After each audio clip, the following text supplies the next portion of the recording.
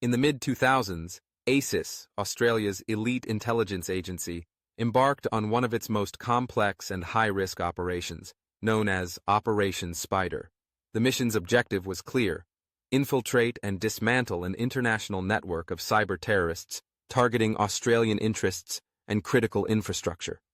With the rise of digital warfare, cyber-terrorism had become an increasingly dangerous and elusive threat, and Operation Spider would test ASIS's ability to confront a new kind of adversary, one that operated in the shadows of the internet.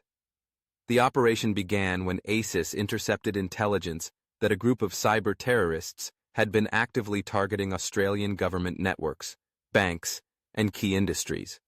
These attackers were not only aiming to steal sensitive information, but were planning large-scale disruptions that could cripple vital services, disrupt the economy, and create widespread panic. The group was highly skilled, using cutting-edge hacking tools and encryption methods to cover their tracks.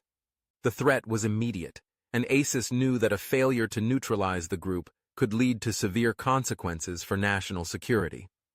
ASIS agents, trained in cyber intelligence and digital warfare, were deployed to track the group's movements and uncover the identities of the key players behind the attacks.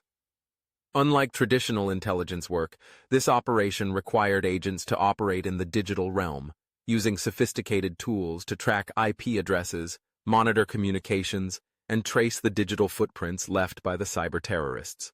But with the network's members spread across multiple countries, including states with lax or non-existent cybersecurity laws, ASIS faced unprecedented challenges. The team's mission was twofold: to monitor the cyber-terrorists' activities, intercept their communications, and gather enough evidence to identify their key operatives, and to disrupt their attacks before they could bring down critical infrastructure. ASIS agents worked closely with cybersecurity experts, both within the agency and in collaboration with international partners like the FBI, MI5, and other intelligence agencies. Together, they monitored the hacker group's online activities, gradually piecing together their plans, tools, and methods. One of the most crucial elements of Operation Spider was ASIS's ability to gain access to the group's encrypted communications.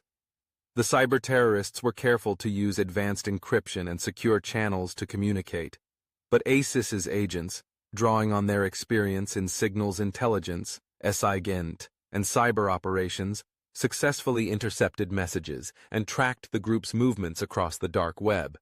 This allowed ASIS to learn about their specific targets, the nature of their attacks, and the timeline for their planned disruptions. As intelligence gathered by ASIS agents provided a clearer picture of the group's operations, they were able to work with local law enforcement and private industry to take proactive steps in protecting Australia's digital infrastructure. Key government agencies were alerted, and immediate measures were taken to shore up security, including fortifying firewalls and increasing monitoring of critical systems. The operation also involved countermeasures designed to confuse and mislead the cyber-terrorists, disrupting their access to vital networks and giving ASIS time to prepare for direct action. Eventually, the combined intelligence and cyber surveillance allowed ASIS to identify the core group of cyber-terrorists behind the attacks. With the information gathered, they were able to coordinate with international law enforcement to arrest several high-ranking operatives, shutting down the network's infrastructure. In addition to arresting key members, the operation also resulted in the seizure of data and cyber tools used by the group, preventing future attacks. The success of Operation Spider was significant. It not only protected Australian interests, but also disrupted a transnational cyber-terrorist group before it could carry out a large-scale attack. The operation showcased ASIS's adaptability in a world increasingly dominated by digital threats.